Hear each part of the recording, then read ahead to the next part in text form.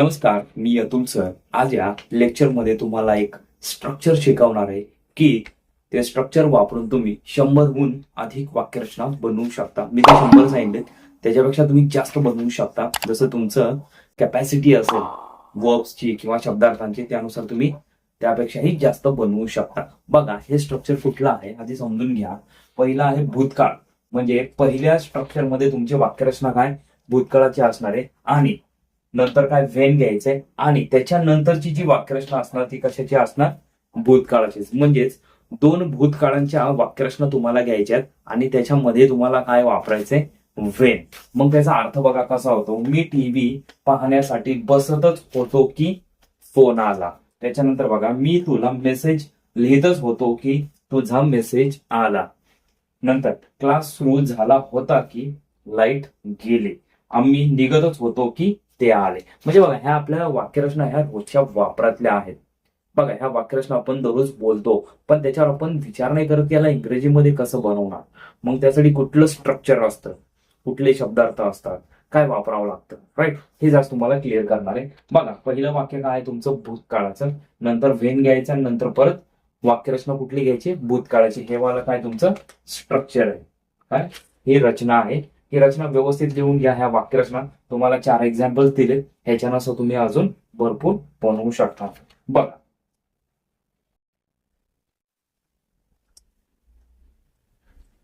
पहिली वाक्यरचना, मी टीव्ही पाहण्यासाठी बसतच होतो की तुमचा फोन आला.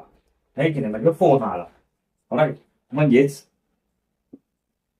पाहण्यासाठी बसतच होतो म्हणजे कुठला काळ आहे, कंटिन्युअस पास्ट टेन्स. म्हणजे I was just sitting, I was just sitting to watch TV when phone rang. इथं फोन आला म्हणजे फोन केम नाही, फोन वाजला म्हणजे phone rang. The phone rang. Okay. म्हणजे I was just sitting to watch TV when the phone rang. म्हणजे मी TV पाहण्यासाठी बसतच होतो की फोन आला, राईट. त्याच्यानंतर मी तुला मेसेज लिहितच होतो की तुझा मेसेज आला. बघा, I was just writing you a message when your message arrived. हा, इथं केम नाही ना, arrived. Okay. Yeah, I was just writing your message. हा, I was just writing you a message when your message केम.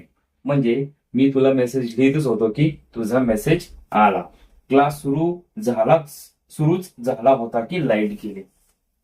बघा वाक्यरचना, the class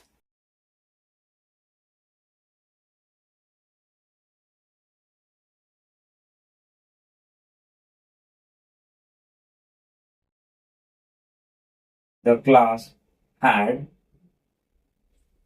only just started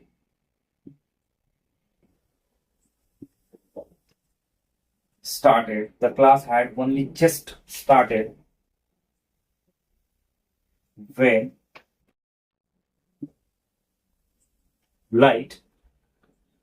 lights went off.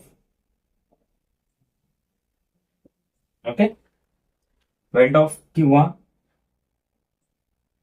Went out. Okay. त्याच्यानंतर बघा, आम्ही निघतच होतो की ते आले. बरोबर.